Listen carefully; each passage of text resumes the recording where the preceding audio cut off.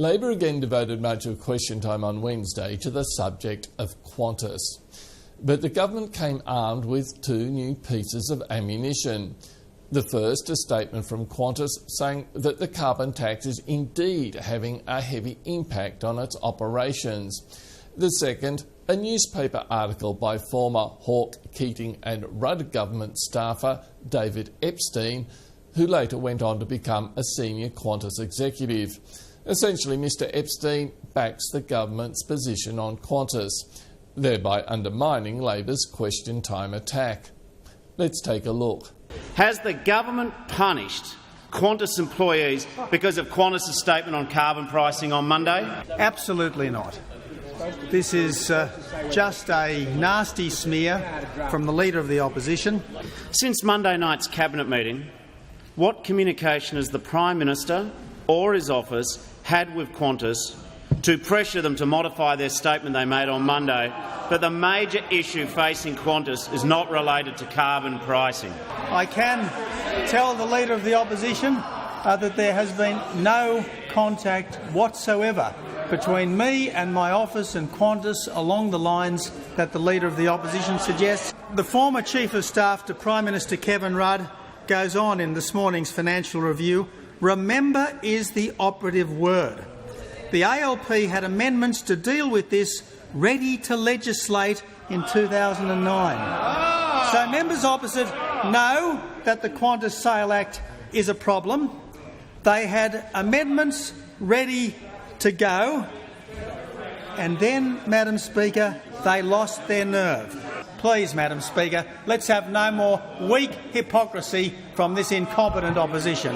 Why is the government now abolishing all foreign ownership restrictions when the coalition was opposed to the abolition of the 25% and the 35% foreign equity restrictions in 2009? If members opposite are now trying to say that they're prepared to get rid of the 25% and 35% restrictions, come on across.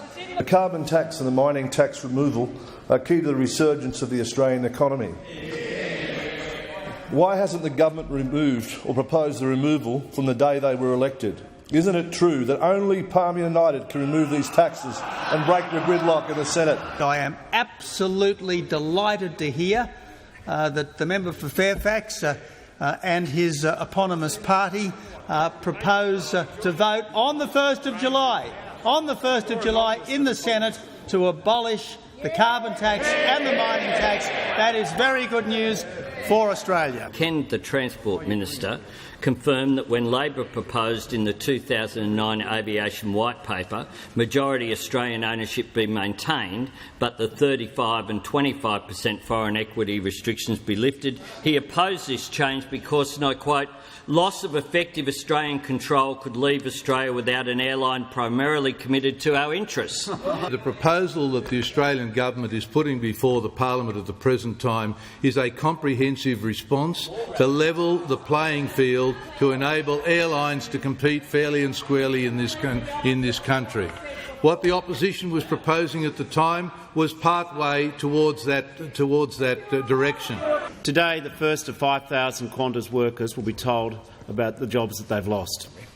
Prime Minister, what is the government's plan for these employees, or is the only plan that the government's got to export Australian jobs overseas? Virgin is growing, Qantas is shrinking. That's why we want Qantas to be under the same rules that Virgin's under.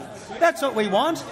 Can the Treasurer confirm that when Labor proposed in the 2009 Aviation White Paper that the 35% and 25% foreign equity restrictions be lifted, he opposed this moderate move?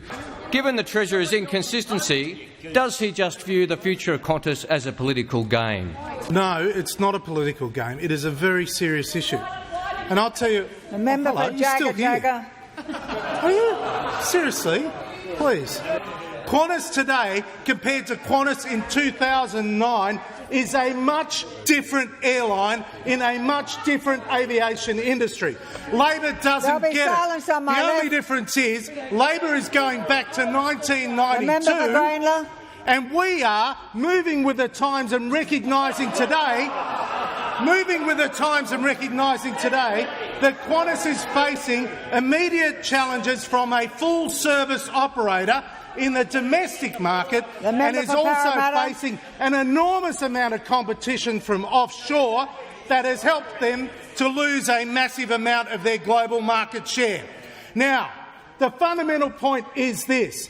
What about the future? And the future is about getting rid of the Sale Act, getting rid of the carbon tax and letting Qantas compete on a level playing field with every other airline that is now taking market share from Qantas. On the one hand, I refer to the Deputy Prime Minister's promise this morning about Qantas, where he said no one's going to reduce its Australianism and the number of employees that it has in this country.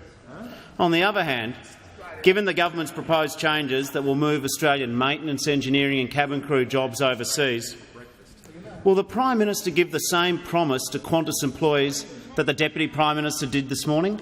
The problem with this Leader of the Opposition, Madam Speaker, is that not only is he verballing the Deputy Prime Minister, not only is he defaming Qantas, not only is he running down Virgin. Madam Speaker, I said this is a man who is running down Virgin.